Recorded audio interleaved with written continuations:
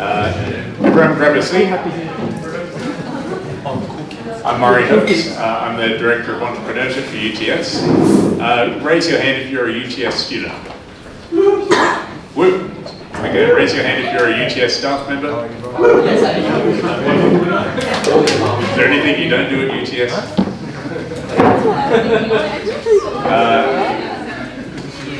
Raise your hand if you're an entrepreneur. Okay. Raise your hand if you invest in property. Okay. Raise your hand if you plan to invest in property in the future. Okay. I think you're going to like tonight. My job as moderator is to say as little as possible and make way for the people that have much more interesting things to say. And in line with that, I'll let you both do your own introductions, if that's okay. But before I do, I'll just say what we're all about here at UTS is supporting people in creating startups. That's the purpose of tonight, is to help more people understand the journeys of different stages of entrepreneurs and what they've been through, what they would tell themselves if they could go back and do things again. I wish someone was around when I was 16 years old starting out and saying don't do that and don't do that. God knows what I could have done. But without further ado, please welcome Joseph Chou and Boris Poletan.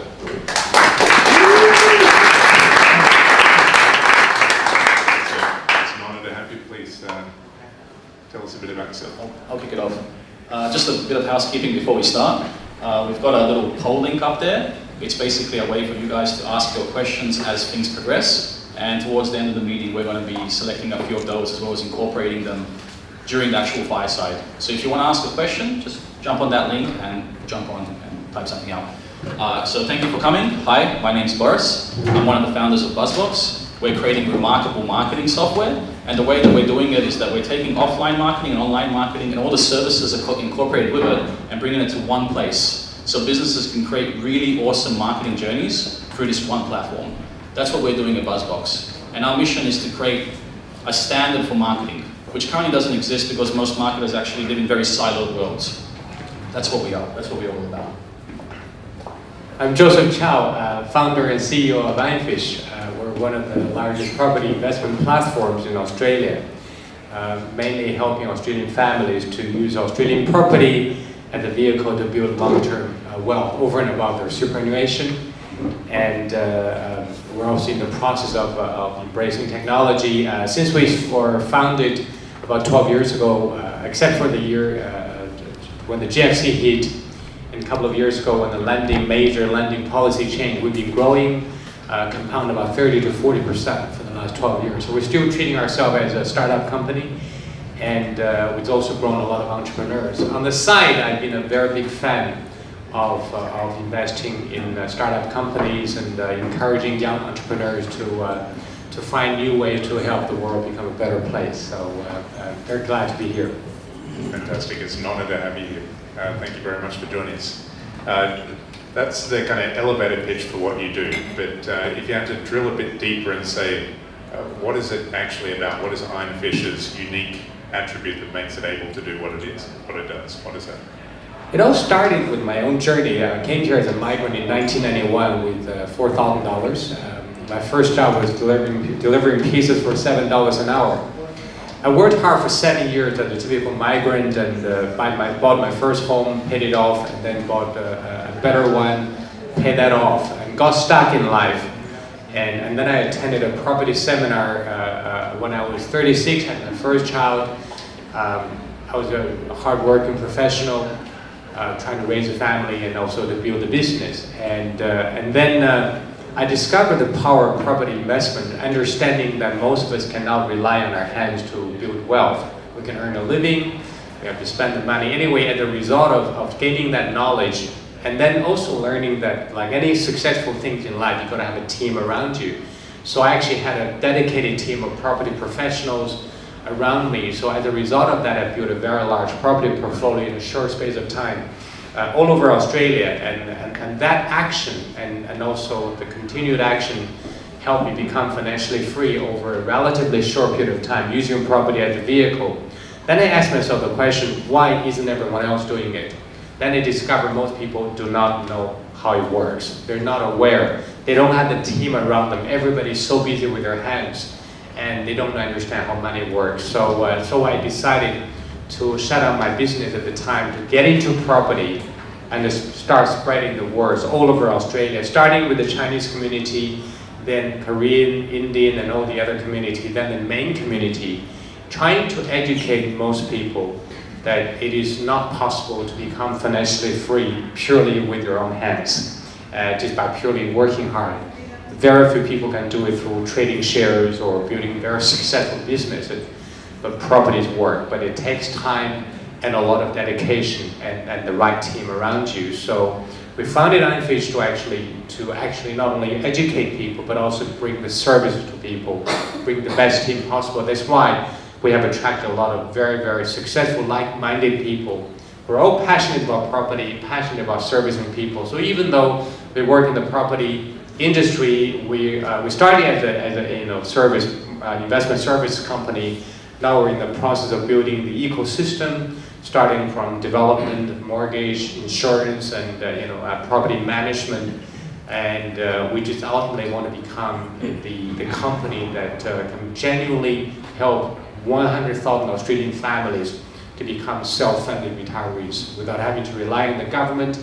In the meantime, we also found when people are pursuing this dream, they become more responsible individuals for their future. They become more motivated about doing a better job at work, become more valuable to their workplace, and all of a sudden, we have created a lot of value along the way.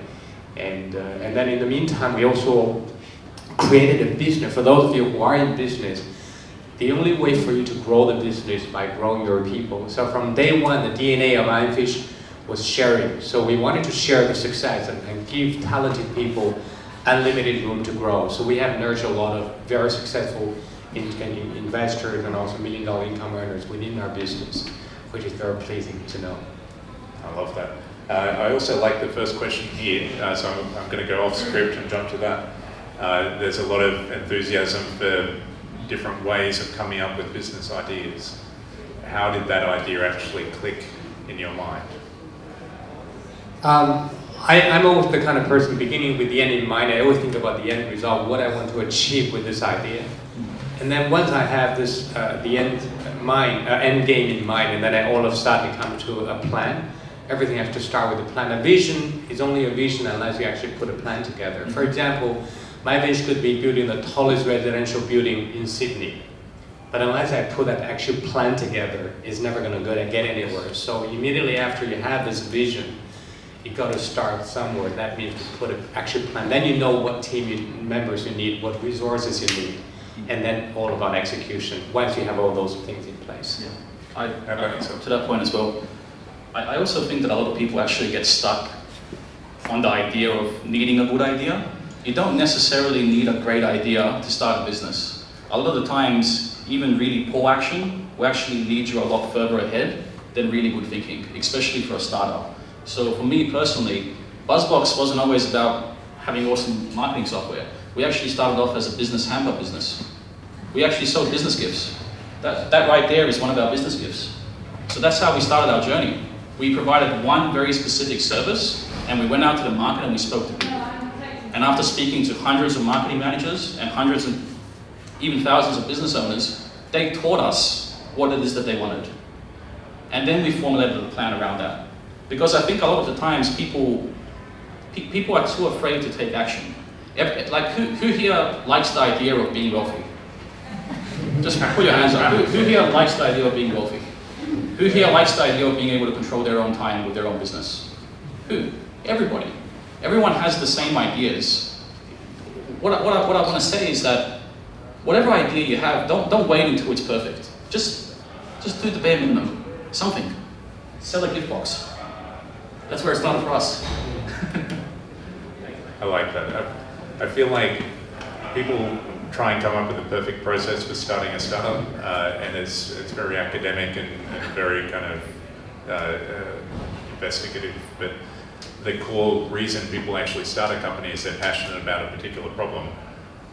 that comes from who they are and what they want to do rather than what they've come up with as a perfect idea. And so the ideas either are proven to be perfect or develop into perfect ideas after someone is passionate about something, generally. 100%. Why these areas? So in the case of yourself, Boris, I'll circle back to these. Why is marketing an area that you want to address? It wasn't always an area that we wanted to address. So for us, it was a journey to get into that area. We first started out by selling business hampers, and we spoke with enough marketing managers to learn that there was an actual problem in the marketplace. It's similar to yourself, Joseph. With Ironfish, they're looking to help people build wealth. And what that means is not just selling a property, but selling a portfolio, an investment portfolio, and getting people on the mindset journey to actually be able to build that. It's a lot more than just marketing or property or whatever. It's a number of things. So for me, my personal journey, it wasn't a case of, oh, I'm going to do marketing. My initial thought was, I want to build places of value. I want to build businesses of value. So I'm going to go into business for myself. That's what I wanted to do. And I went out to the market and I spoke to the market. And the market told me what it wanted. And then I built for that problem. That was my personal experience of getting there. And for me, was that, like many of you have raised your hands, that you want to become financially free or become wealthy. And most people don't know how to get there. And then when I discovered that property could do the job for most of it, because we all understand it, it's got a lot of good attributes. So once I actually had achieved the result in a relatively short period of time, and then I realized that a lot of the things that I've contributed to the result that I achieved can be done by most people. It's not just some individuals who happen to understand IT or have certain brilliant ideas. Then I realized what's holding people back is the lack of awareness, without the right environment, wrong mindset when it comes to financial success. So I thought these things can be complemented by putting the right team around people and by changing people's thinking, putting the different environment. So I started experimenting. I even used to say to people, you're my free experiment. I said, one day, even if you pay me, you can't afford it, I won't have time for you. So it started working. And so all our business components have been built based on, as you said, customers' needs. We started by educating people, then we helped them take action. Then we build more service. For example, I was never passionate about development. Now I'm just one of the fastest growing developers in Australia, all across Australia, simply because we found that in certain areas where we believe there is growth potential, other great developers are not doing any development there. So we don't just develop because being a developer is at the top of the pecking order in property. We develop because we feel that we can actually help our buyers to use our development tools as part of their portfolio. And we never used to manage properties. We gave them to other agents because we didn't want to put our hands into everything, because I thought just to become great at one thing is already hard enough. Then we realized that third party are not doing the job because they're treating it as a money-making exercise. For us, more an extension of our service. So we started managing our clients' properties, and then so all of these have grown as a result of the same passion that is helping people secure their future. Because we feel, for example, you all heard about Alibaba having this crazy single-day sales, but to me, you see, you're teaching people poor people's mentality, because people are stocking up half a year of toilet paper they don't need by saving at the so-called. I try to teach people how to make money instead of saving money, and helping people solve certain financial issues rather than just become a poor person's mentality and always thinking saving is the best way. Okay, I like that. And I like the topic of choosing markets, because as you were saying before, and it's probably worth covering again, people limit themselves by the market that they choose or the career that they choose in starting a business. If you're aiming for something where the best possible result is $1 million a year revenue, it's probably, you're going to put yourself through the same heartache that you would for a larger company, but you'll hit the ceiling. Do you want to talk a little bit to that in your experience of people and how they hit the ceiling of what they're capable of? Through my experience, a lot of people, after a few years in business or in their career, they get stuck. Typically 7, 10 years, maybe 12 years at max, you reach your plateau in your career when it comes to income. Then you start getting frustrated and you start blaming your boss or the company, so you change to another company, and then you find that you get paid similar money, a little bit more maybe. Then you change jobs again, and after a while, you start giving up. You start losing some of the dream. You start lowering your dream to your current income level, and you start justifying. And what you don't realize is what really stuck is actually your thinking. You start associating with people who have very similar results. They all have limited thinking. And then the job market is going to give you a price tag, because your agencies are going to tell you how much you're worth. They're going to sell your time or your service for that price tag. And then you start accepting it for the rest of your life. Very few people break through. And the other thing that I found, that when people are in that situation, they stop growing their dreams. And when they stop dreaming, that means you stop growing, you stop learning, and then you start accepting this is my due. So what I've done over the years, we've done, is that we help people to really break that mindset, to encourage them to step out and see that I start dreaming again. For example, I always say that as a human being, we all have two freedoms that we're born with. The first one is the freedom to dream. You can dream all you want. The second one is freedom to choose. Don't make yourself the victim of a circumstance, blaming other people, because you can always choose to change.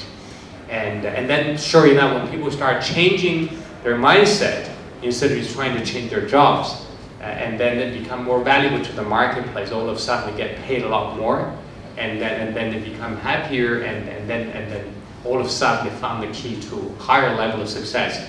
And I have a theory about income. Most people, the first hurdle when it comes to income, because that's the first thing about wealth, is that you've got to have a cash flow. It's about $100,000. Even today, it's still a small mental hurdle for a lot of people. After that is $250,000, the second hurdle. And usually many people don't even pass that. But once you reach 250, and then all of a sudden the next one is 350 to $500,000, life becomes a little bit better, and because all of a sudden you have money to spend and have money to share, and still have money left over, and you can invest. And the fourth hurdle as an individual income is $1 million and plus.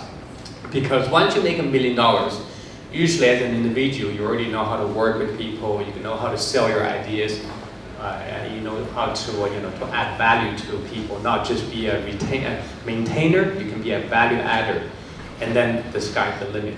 So we help people break through those hurdles, and then they can actually unleash, I call it unleashing people's earning power, because when you have the cash flow, you have more money to invest, you have more money to start up a business, to live a better life, and have the buffer, if you like, and feel great about yourself. Ultimately, people are trying to feel great about themselves. That's why people pay $1 million to buy a car or to live in a $10 million home. You don't really need that sort of home necessarily. You only live in half a bed, have 3 meals a day. You can have 10 cars, but you only drive one at a time. But people do that to make themselves feel good. But you don't have to do those things to feel great about yourself. But that constant growing, knowing you can reach your dreams, not just to show other people, mainly to show yourself that you've had a good go in life. So we've talked about the 10 cars and the ceiling and the kind of end point. If we go back to the start, and maybe Boris tackle this first, what has the growth looked like from day one? Like, has it been a straight line of success, or has it been a lump, do you think? What has happened along the way? Make sure that you have a four-wheel drive. No, the growth is not a straight line. It's incredibly lumpy. It's up and down. You have a lot of pitfalls. You have a lot of spikes depending on where you're at. But for us, it's been very turbulent. I mean, initially when we came up with the gift box idea, it was kind of like an up because we managed to get the right customer. But after a while, it was down because we learned that, well, gift boxes aren't something that a lot of people want. What people wanted, the reason that people were buying this or businesses were buying this was because they wanted to be seen as different in their customers' eyes, and they wanted a way to generate leads. And as soon as that kind of didn't work for whatever reason, then that kind of stopped. But that's the lesson that we learned along the way. That's how we kind of came to the idea of, well, it's not about the gifts or whatever, it's about actually creating a marketing platform that can accommodate this stuff as well as other stuff. That's kind of how we got there. So for us, it was incredibly bumpy. I mean, we had to learn by having a lot of conversations.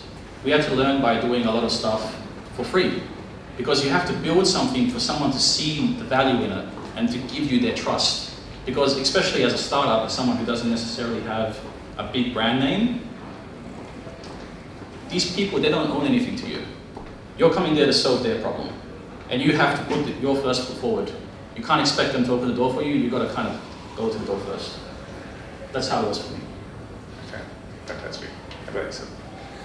I was lucky in the fact that when we started the business in 2006, on the one hand, I already had successful experience in the previous 2 companies. I made my first $1 million income year when I was working for someone else by adding value. I couldn't do it on my own. So becoming successful doesn't necessarily mean you have to start a business.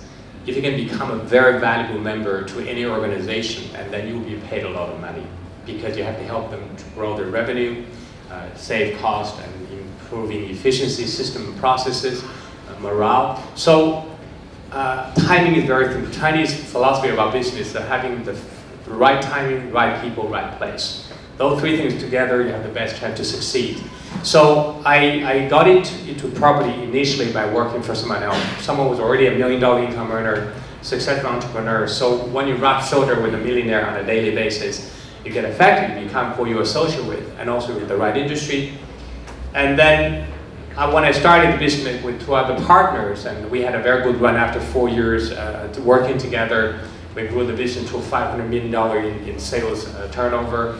And then we grew apart in terms of our vision. The market came into a downturn, so we decided to part company amicably, and we started all over again in 2006. So I had the experience of obviously success in the industry, even though we didn't have an innovative way of doing the business. I had capital as well, so that's always important. If you can't find money, you've got to have some money. You don't have to have money to start a business. You can find money, but certainly I was lucky. But the downside is that the Sydney, Melbourne property market was in downturn. Nobody believed in property anymore when there's a tough time. But we believed in it. We had a very big vision. So we grew very quickly from 20 million to 148 million after 12 months. And with that vision, and then having the right people on board as well. And then after 2 or 3 years of growth, we consolidate. And the market also helped you correct. So there was a GFC. So we had to consolidate. And after the GFC, we started growing again after another 3 years of phenomenal growth, 30%, 80%, 80%. And then we started consolidating again. And so currently, for example, there are a lot of challenges in the market because of the credit crunch. We take that as a great opportunity to consolidate, to build our infrastructure, to set up a new growth strategy. So definitely it's bumpy, but having a very clear vision is important, because all of a sudden your brain starts functioning in a different way because you're finding ways to make it happen. You don't know where you're going, and then all of a sudden you can get caught up in the day-to-day challenges. So, something interesting that Joseph mentioned as well is that the power of association is actually incredibly important. The people that you actually spend time with is the person that you become. So like a lot of the times before I met with Bruce and yourself, Joseph, whenever I was thinking about investing in property or property investment in general, I would go to my uncles or my relatives or whatever, and I'll ask them about the property market. And they'll tell me, oh, it's a bad time, whatever, right? But then when I came to Ironfish's event and I spoke with Bruce and I spoke with yourself, Joseph, I realized that's not the case. Like there's a different level of thinking from the people who have accomplished it compared to the people who have yet to accomplish it. And I think that's incredibly important to always keep in mind, that the people that you associate with will determine how far you actually get or how far you actually go. That was a really good point. So how do you find those people?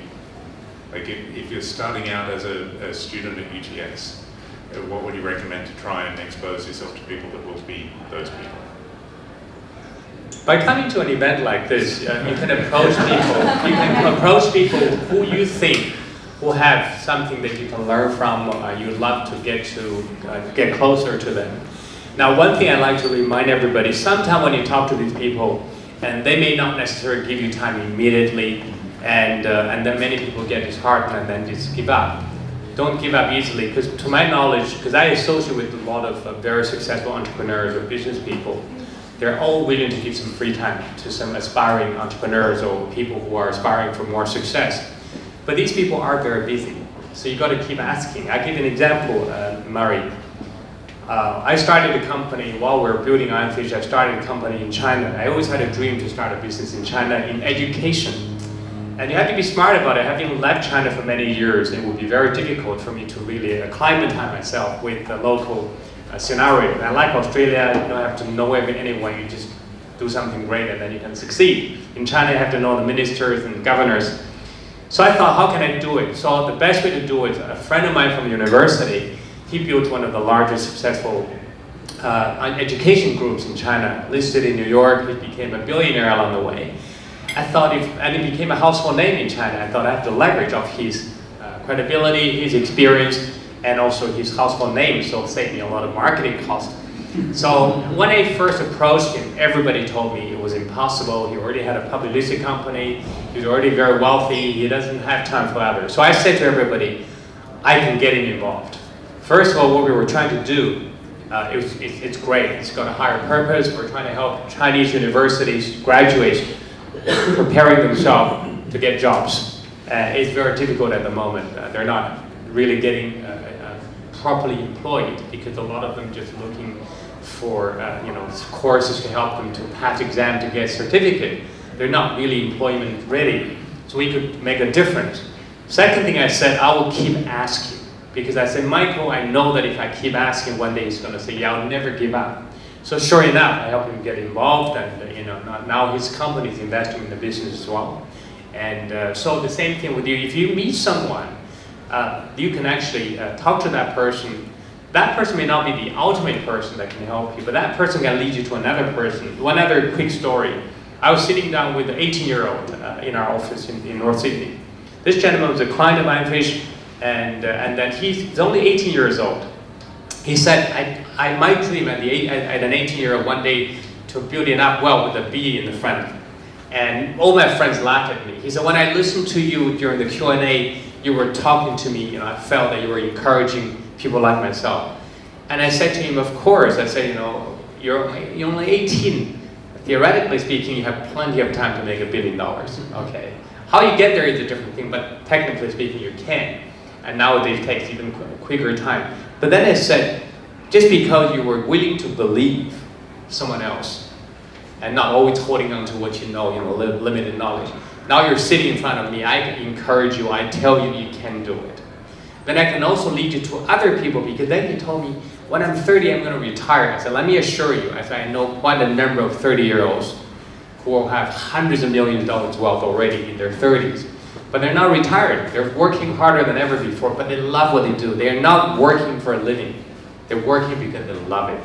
And so that person can generally, through my, from the association with our consultant, and then they're sitting in front of me, and then I can put them in front of other people. So always, remember they say if you talk to 6 people, 7 people, you know everyone in the world. So just don't think you have to go one stop. Sometimes you can go sideways, but always meet a person you can learn from, get inspired. That person will lead you to another more successful person.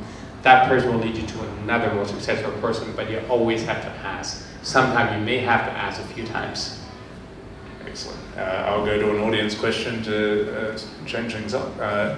What do you invest in outside of property and why? I invest in some companies, startup companies, as a seed investor or angel investor, because I feel over the years I spent a lot of time nurturing potential entrepreneurs or people who want to get better. Then I thought that's only one person. Even though when they change for the better, they affect other people as well. I've already helped some people from $50,000 to $100,000 income earners to $1 million plus income earners, multimillionaires. But then I thought if I invest in a business and an entrepreneur, having one more success story in the world and a new entrepreneur, they can use their service or product to help the world solve another problem, big or small, and also creating jobs. To me, that's very exciting. So I've been doing that. On the other hand, I also invest in shares and other forms of financial products. Okay. What would you invest in if you had $500 million? Probably a decent property portfolio, a few awesome cars and businesses. But I'm not there yet, so. Okay, I'll go back to script. entrepreneurship in terms of the pros and cons for people that aren't entrepreneurs yet and need to know what they're getting themselves in for? The pros, I think, are you get to control your own time. Like when you're working on your own business and it's succeeding, it's the greatest feeling in the world. Because you're doing something that you love and you're truly passionate about what you want to be doing.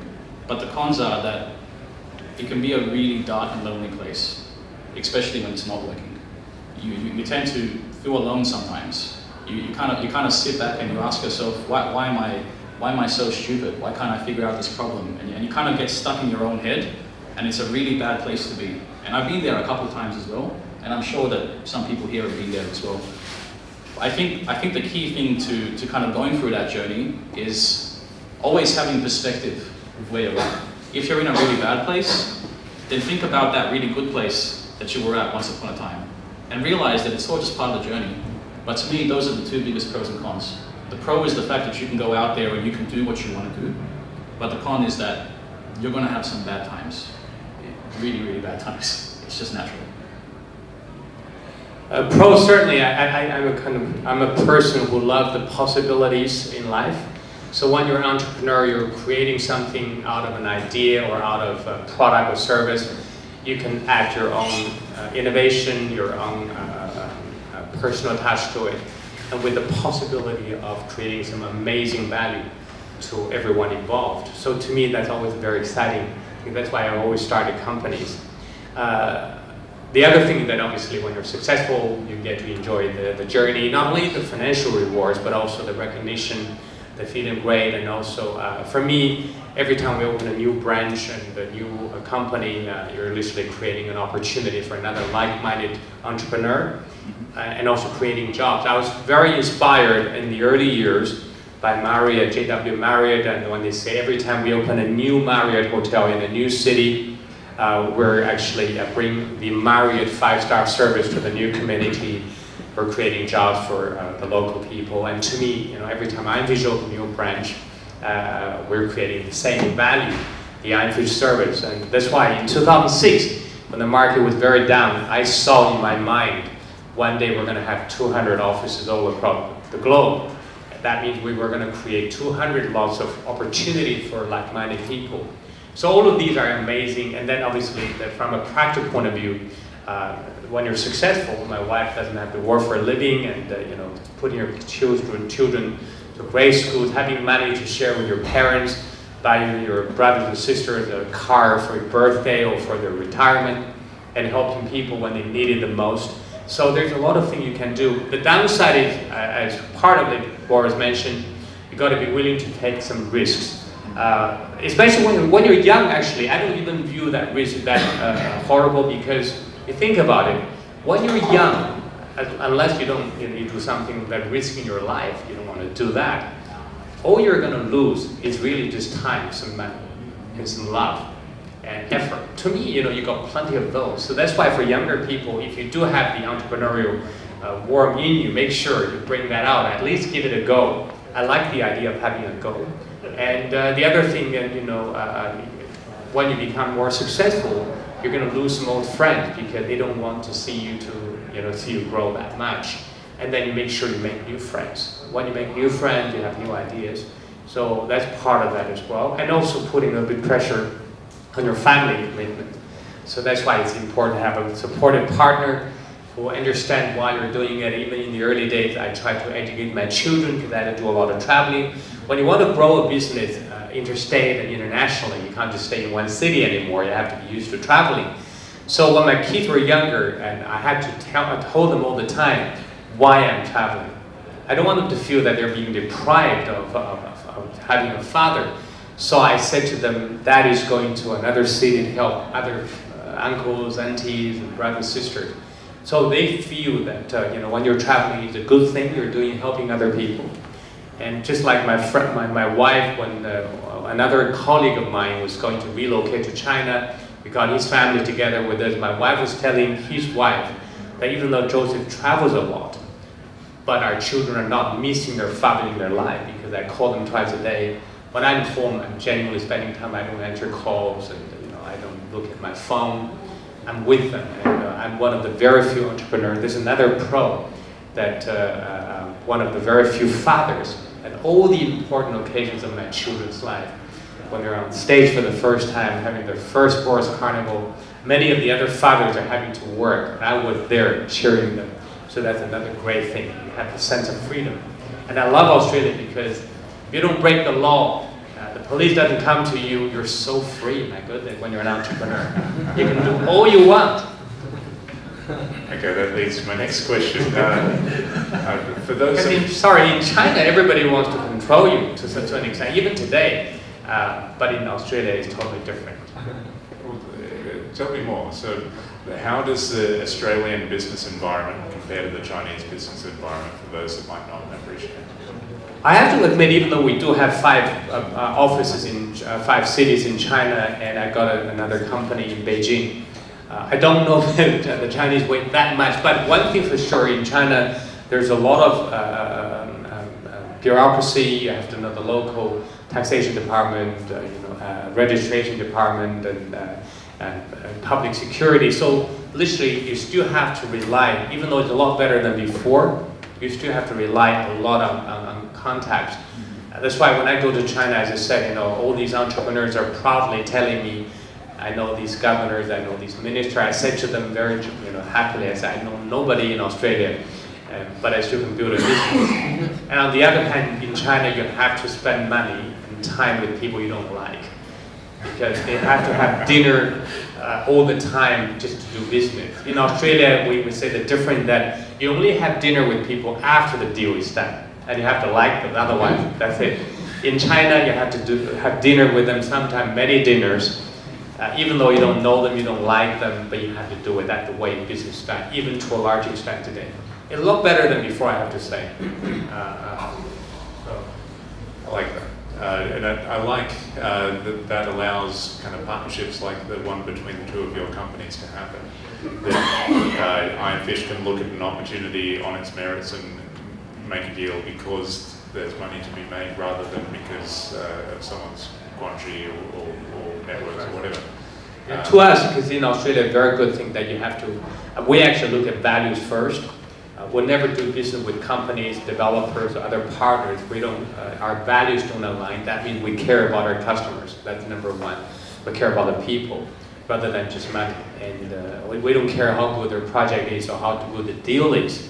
If we don't like the people we do business with, we don't, entertain the deal. And to that point as well, I think it's incredibly important that you respect your client's culture as well, and make an effort to truly understand what it is that they're trying to do. I mean, for us, when we first started working with Ironfish, it wasn't just about selling what we wanted to sell. We sat down with Bruce, with Adam, and we truly wanted to learn what it is that they were struggling with, what their day-to-day looked like.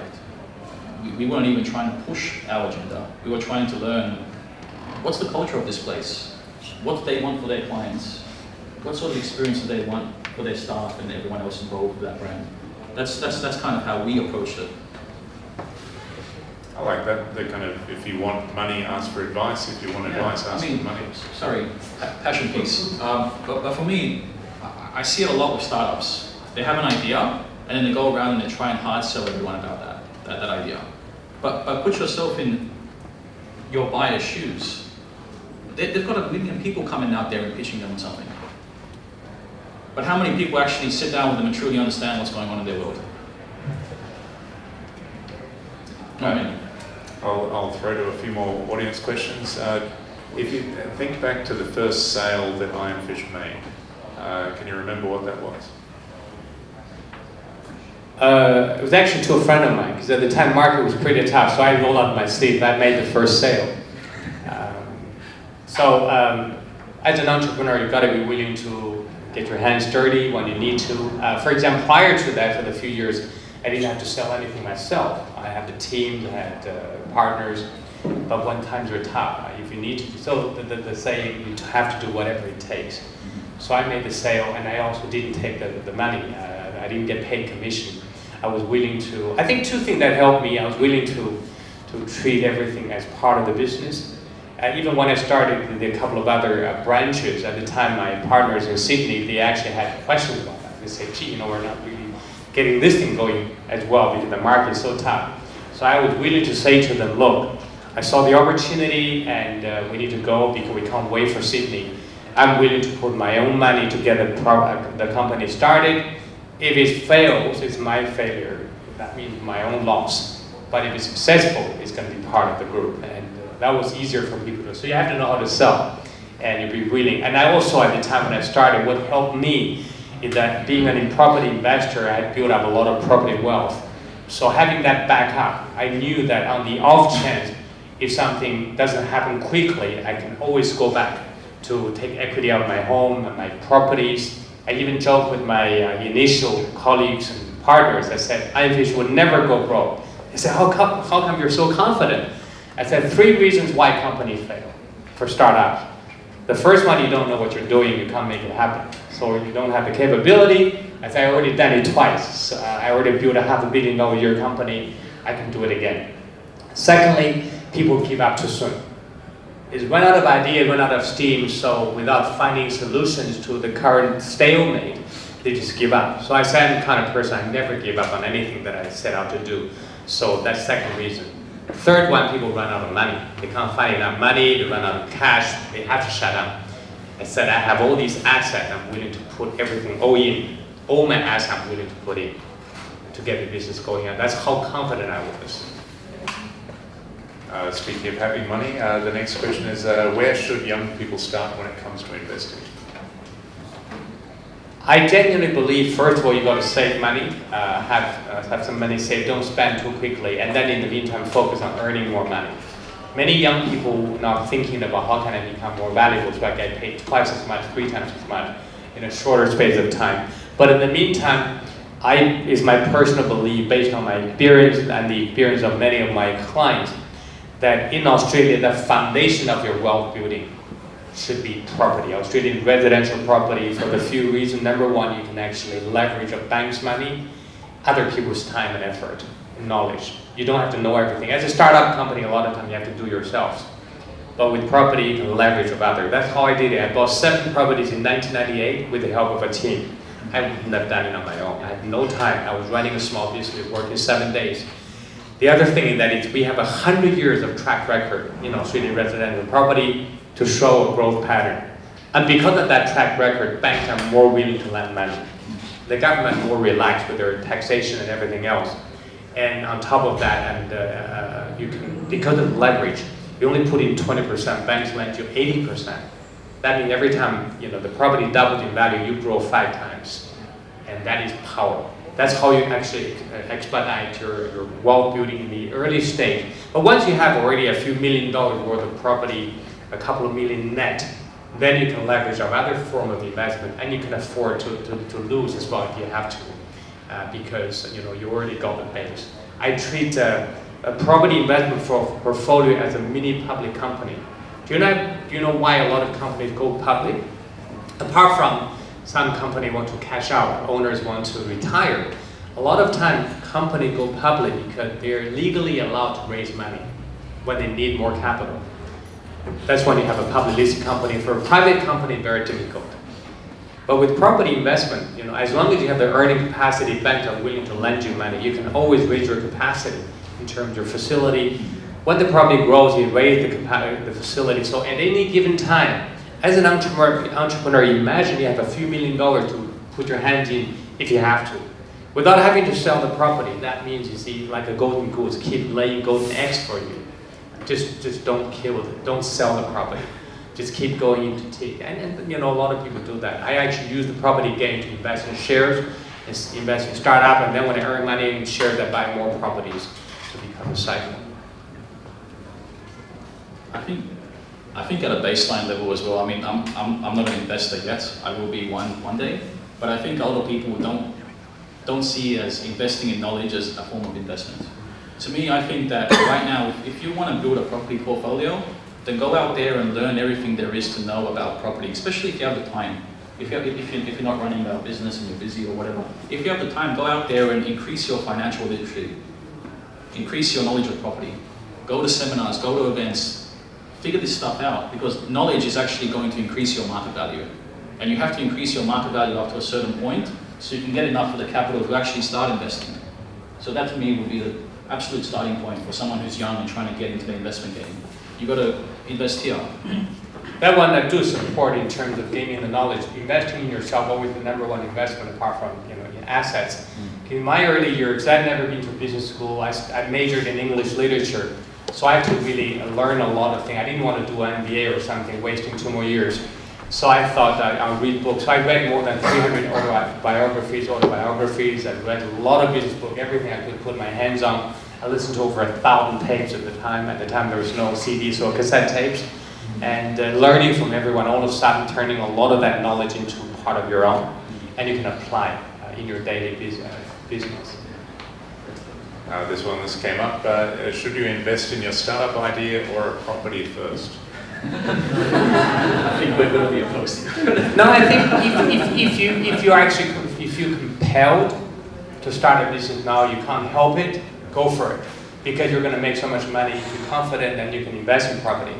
But on the other hand, if you haven't succeeded, you haven't really run a business before. Because for example, I learned a lesson as an angel investor, and a lot of angel investors or venture capital investors say they would never invest in someone who's starting for the first time. They have to fail 3 or 4 times. They have a better chance to succeed big time. Even though there are always exceptions. My friend who was a billionaire, that was his first business. He turned it into a $10 billion company. But generally speaking, so don't feel compelled to start a business because someone else is starting. Just because you have an idea. Ideas means nothing. You're not in the right prime position to start it.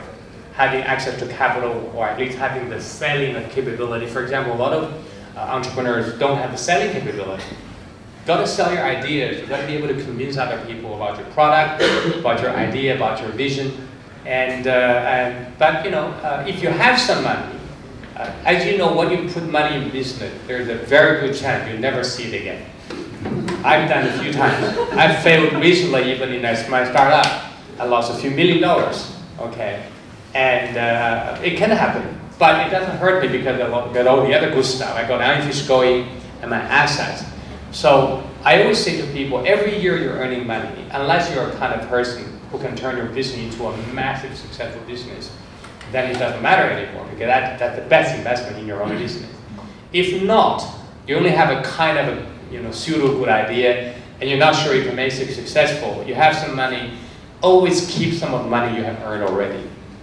Because every year you earn some money, make sure keep something for the last phase of your life. That is one day you're going to physically stop working. You're going to have a long retirement. We're all living longer, great news. But many people are ill-prepared financially.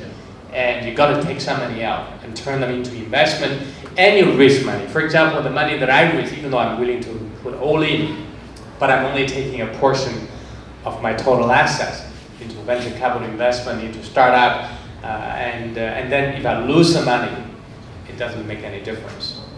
And so that's the kind of answer. You're investing in your startup. So, for me, I'm all in on my startup. That's pretty clear right here. But to Joseph's point, he's absolutely right. Before I stumbled onto Buzzbox, I failed through 3 different other startups. Some were catastrophic failures, some were relative successes, but it took me three tries before I got to where I am right now. And you learn along the way, but there's a reason why there's a 95% failure rate in the startup world.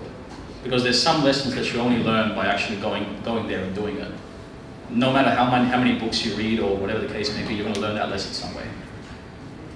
The other thing about entrepreneurship as well, Mari, is that even when you become successful, you can fail as well after a few years. It's very hard to remain successful long term because everything you do, there's someone else going to come in and probably do better than you.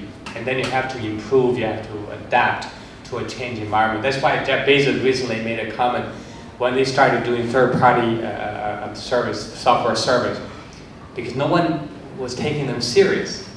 They were never an enterprise software company. So they had a 7-year run with no competition that put them in a position where they are today. So make sure that you constantly grow as an entrepreneur.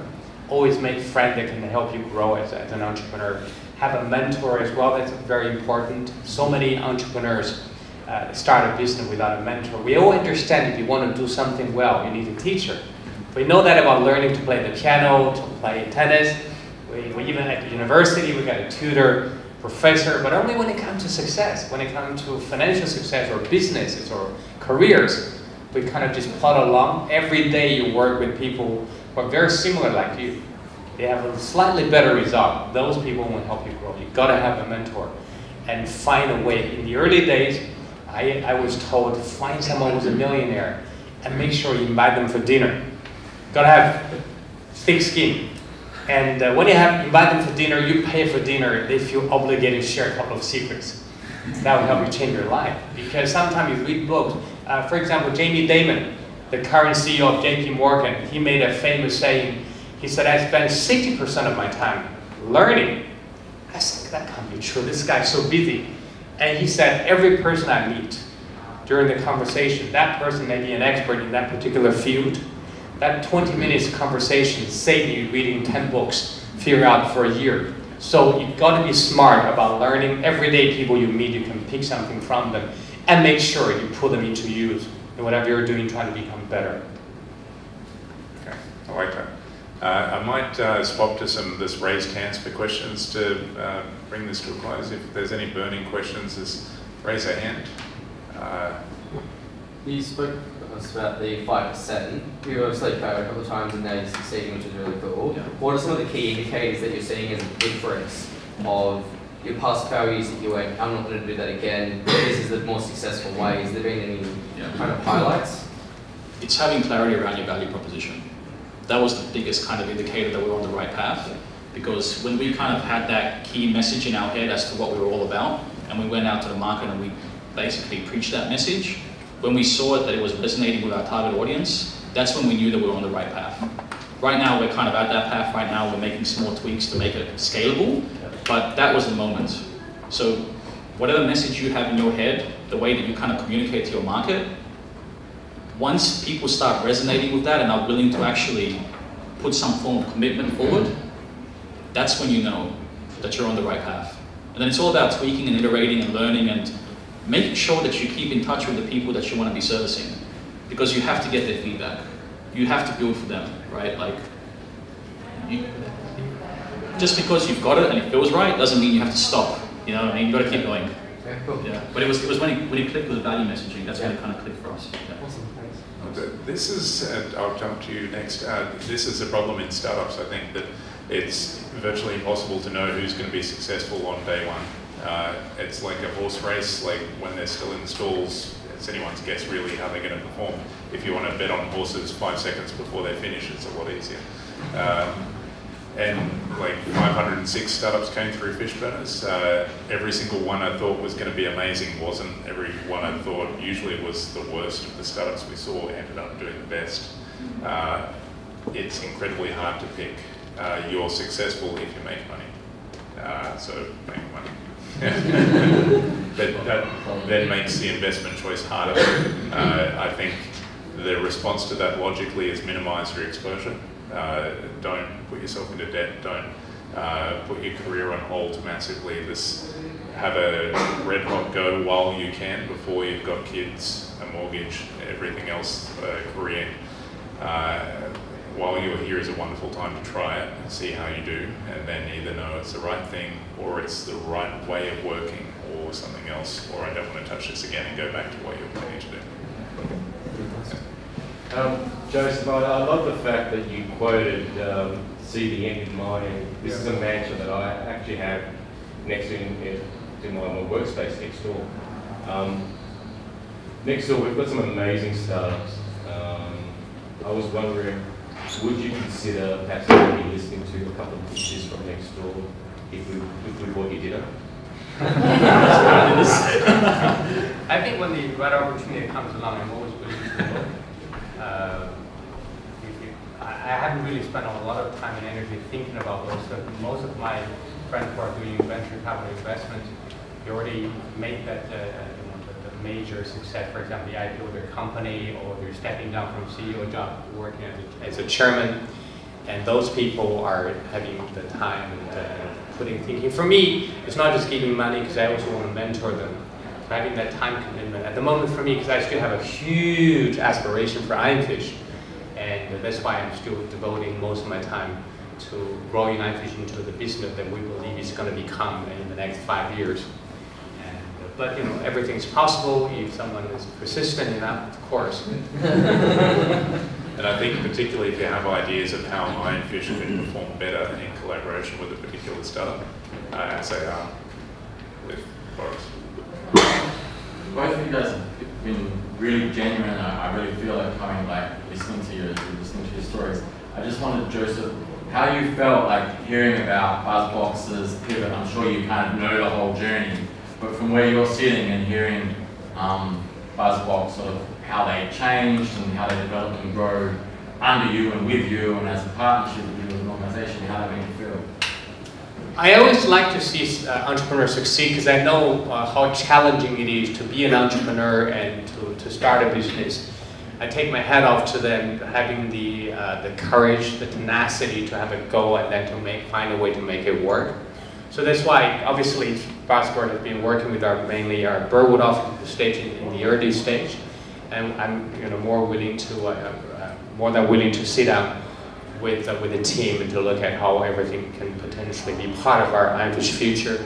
And from a purely a fellow entrepreneur point of view, I always love to see people who are ambitious, who are capable, and also willing to really put their effort into making something work. Because entrepreneurship is really about, like you have done many times, Murray, is to creating value out of an idea or out of nothing, if you like. Or to be innovative, to do things that are already in existence, to do things in a better way, like Steve Jobs has done. And fantastic. Take my hat off to them. Well done. Okay. Yes. You briefly mentioned about needing to learn from others, from books, and in the industry. And one way was to get a mentor. Any tips on how we might do that, particularly if you're aiming for that $1 million or $1 billion person? Sorry, can you just phrase the question in a way I just want to put it in the right context? How might we find that big aspirational mentor? As I said earlier, you want to find a person you can relate to. You can also, be able to talk to. Sometimes, for example, if you want the wrong mentor, it doesn't work either. I will give you an example. In 2006, when I started Ironfish, even though we were a new startup now, because we parted company with the previous company, we have 13 branches, and the way for us to sever the relationship was to take Sydney team with me. I founded Sydney branch. They took 12, so I only took Sydney. And I immediately had this vision that we're going to have a $1 billion company one day. And I thought to myself, gee, I've never done that big business before. I better find myself a mentor. So I went online to find a company called Managers and Directors. They're mostly former CEOs, retired CEOs or directors who actually now working part-time, and they're actually spending time to nurture or mentor young entrepreneurs or managers. So I was willing to pay some money to them and learn from them. So that's one official way to find those mentors. One thing I find, something word of caution for you, I'm not a big fan of those professional business coaches. A lot of them haven't done business themselves. They sign up as a franchisee to get some IP to try to cookie cut. I don't think those people work. I met some entrepreneurs who have spent many tens of thousands of dollars getting those people to come in. A lot of time it doesn't work because every business is different. And so make sure you find the right mentor as well. Also make sure they believe in you. So this particular mentor that I found, that I actually spent a couple of hours with him before we decided to start this relationship at the time. Well, I have to make sure that, I basically said to him, look, I'm like Roger Federer before I became a Wimbledon champion. I want to be a Wimbledon champion or Grand Slam winner. I want the coach, one, to believe in my vision, that I'm the guy. They're willing, if they don't believe in you, just for the sake of charging you money, what's the point? Secondly, they also have what it takes to help to get there. So that's something very important. But definitely, as I said, don't just think you can find the ultimate person. Go out there and find people. For those of you entrepreneurs who want to become bigger, there's actually also another network called CEO Institute. You pay an annual fee, they actually put companies together, for example, under $5 million company turnover, 5 million to 50 million, 50 to 100 million, or 100 million above. And then all the CEOs who are members, you have breakfast once a month. You can borrow ideas from each other, doing case studies, and they also have someone who is even more senior to actually mentor the whole group. So they're that kind of help as well, with a bit of fee. I also mentioned as well, I have a couple incredible mentors. I've gone through some mentorships that didn't quite work out because we didn't have kind of that collaborative feeling. But what I found is that before you go and approach someone and ask for their mentorship or whatever the case may be, try and find out who your mentor's mentors are and learn from them. Because chances are that your mentor is going to give you the same advice that he's getting from them. So see if that kind of resonates before you go and pursue people out in the marketplace. Because the worst thing that you want to do is just kind of have a shotgun approach, where you just approach everybody, and then you end up not really getting what you need. Just one word about Ironfish. Some of you one day hope you're going to become our customers. Then you're going to get mentorship, because I've done a lot of free mentorship to a lot of our customers, purely as my personal passion, because I said to my customer, I said, look, because you're our clients, you have trusted our philosophy and our service, our product. So I always give time to colleagues and customers. I said, the reason I'm doing this, I don't have to because you bought the property from one of our strategists or our colleagues. I said, one day I'm going to go to China to teach young people about entrepreneurship. But I don't want it to be an empty talk, just some quotes or some other people's stories. It has to be something that has been trialed and worked. Because I'm a strong believer in simplicity, so everything I do, I try to find a formula in what I do. All the successful companies in every industry, I find there's a formula. Once you get the formula, then it's just a matter of duplicating the formula. So I want to mentor my clients. I say to them, I don't want to impose on you, but I want to use you as my free experiment. I want them to say, oh, Mary, you can do it. Of course, you started your first business when you were 16. I'm not that kind of person. Or, you can do it, Boris. I want people to say, okay, I say two things people cannot impose on you. You've got to have yourself to become successful or a successful entrepreneur. Everything else can be learned. Then my client asked me, so what are those?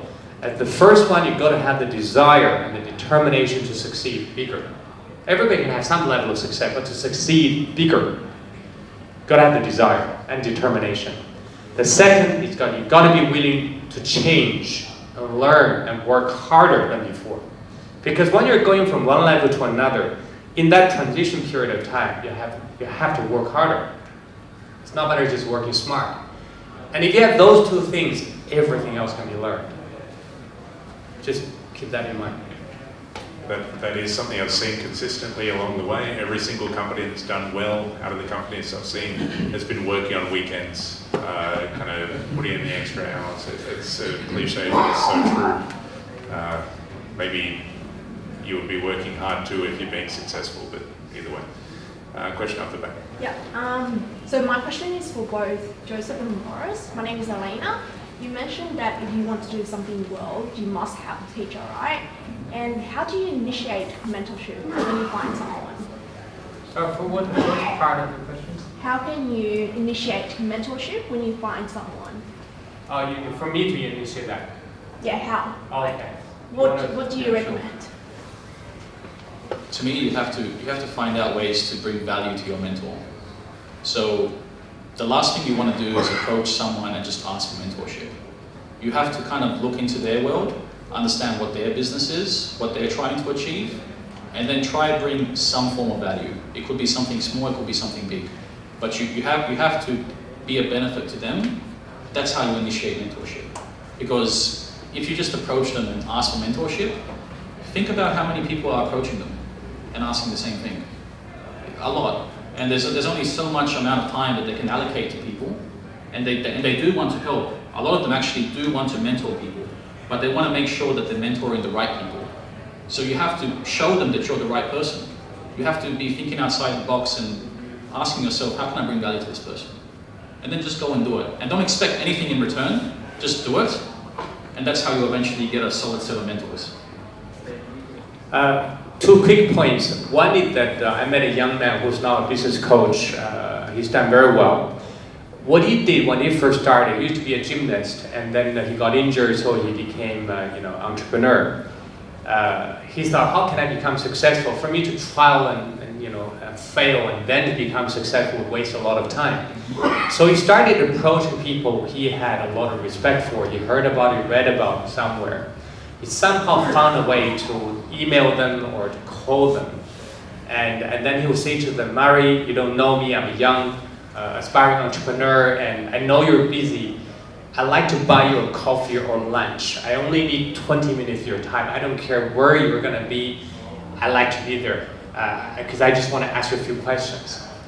Surely he got a lot of rejections, but then he found some people started saying yes. And he got so many yeses, he got so much from those people by sitting down with them for 20 minutes or half an hour lunch. He put together a book. You probably heard of the book, Secrets of Male Entrepreneurs Exposed. He started a secret series, about 16 best-selling books. He thought, if I gain so much from these meetings, why can't I benefit other people? So he started getting entrepreneurs to write for other people. So that's one way of doing. You approach someone and just say, I'm a young person, I'm very ambitious, and I have a lot of respect for you. Can I ask you a couple of questions? Forget about mentorship first. You have to make sure you have things to talk about. You also have got to make sure they can genuinely help you. Because some people who may be very successful, but they never think about how they succeeded in the first place. They can't put it in a tangible way to help you. But if you ask some very tangible questions, one example, I had a client of mine who came to one of our free entrepreneurship courses. I throw some of those courses from time to time for Ironfish customers. So he basically, after that, this gentleman who has spent he has spent $65,000 doing all kinds of courses. He has some major problem with his business. He had a painting business, one of the largest in Australia, a private company, and he got stuck. Then I realized he had a few key decisions he had to make by bringing on some personnel, because when you grow to a certain scale, a certain level, you cannot rely on yourself to do all the things. You've got to have 2 or 3 key people that can actually do what you don't need to do, so you can focus on strategies or marketing or team building. Anyway, so he said to me, he's very smart. He said, Joseph, I'd like to pay you $1,000 for half an hour once a month. I said, well, you're my client, I never charge people. I don't have time for this sort of mentorship. If you want to have time, because you're a client, I'm always happy. He said, no, I have to pay you because otherwise you won't give me priority. And so he only had 6 meetings with me. I didn't really need his money, but I thought, okay, he's serious. He said, I don't care where I put everything aside, I'll come to you. So he had 6 lunches. And I looked at all his major problem, because he was going through that phase from the initially doing everything, had people only doing the work. Nobody was really taking responsibility of a leader. So by not only putting 2 or 3 key people together, also how to grow the people from within and how to attract other people, talented people to come to his company from bigger companies. And he implemented those advice, and then business started growing. So that's another way. And but the main thing is, I think, is that you got to find people that you can actually ask a couple of questions, and get to know them, and then willing to spend time. You find those people, successful people, who are interested in people who are keen to learn, and also they're capable of implementing the advice. If they ask you to do things, and make sure you do them and show result, and then they're willing to spend more time with you. Thank you.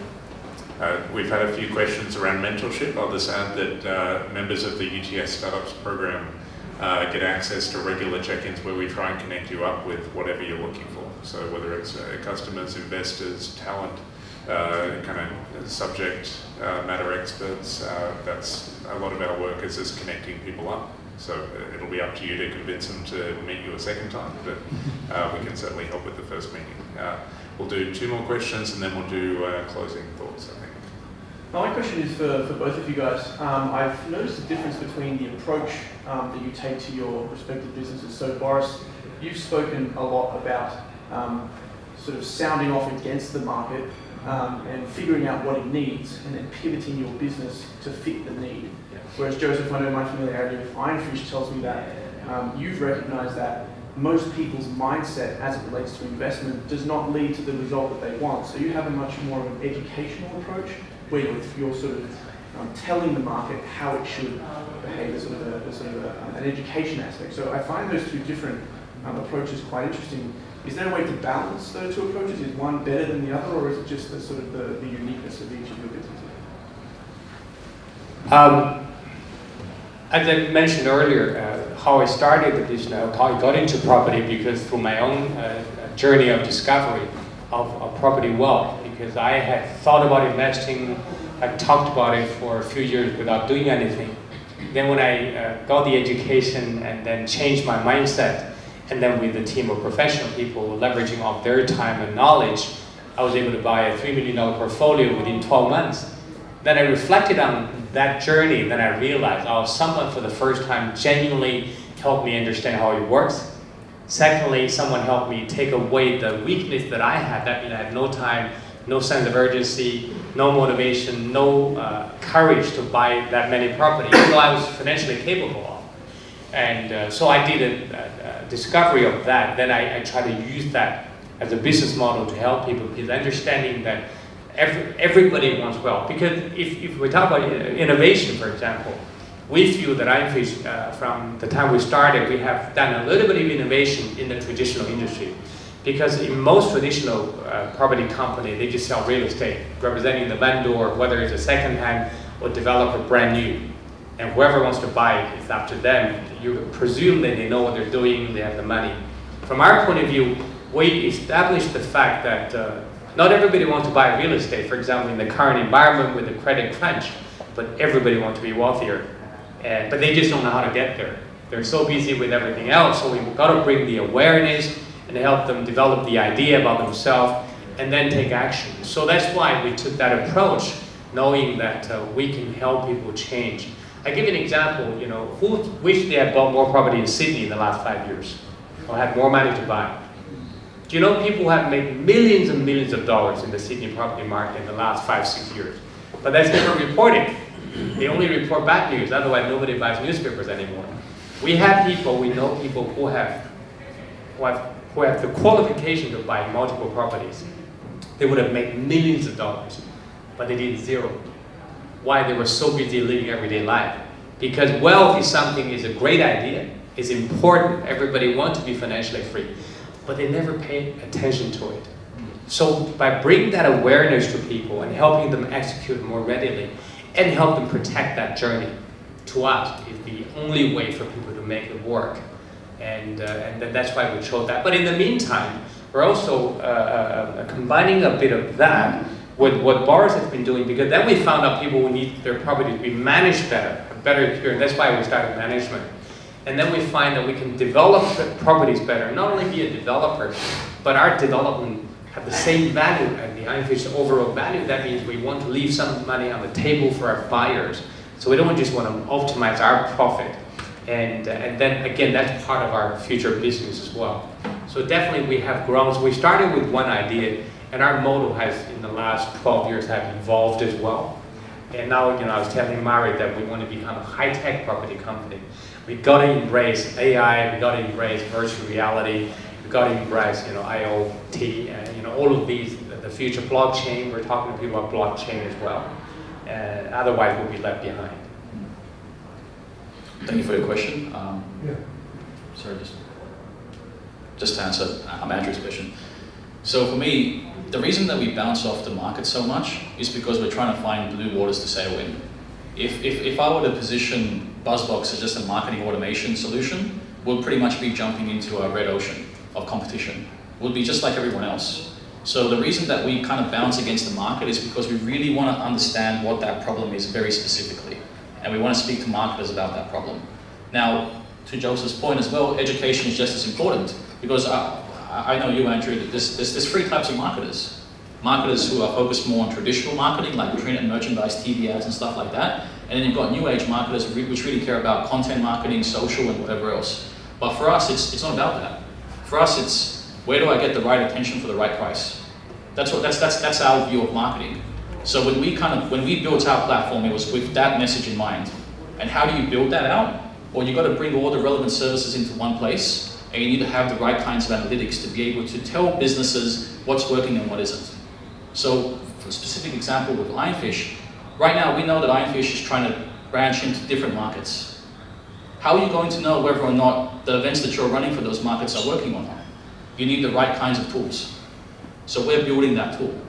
But we would have never known to build that tool without bouncing it off the market. Without Adam Ma's awesome feedback. I don't know where he is, but he's somewhere. He's outside. Yeah.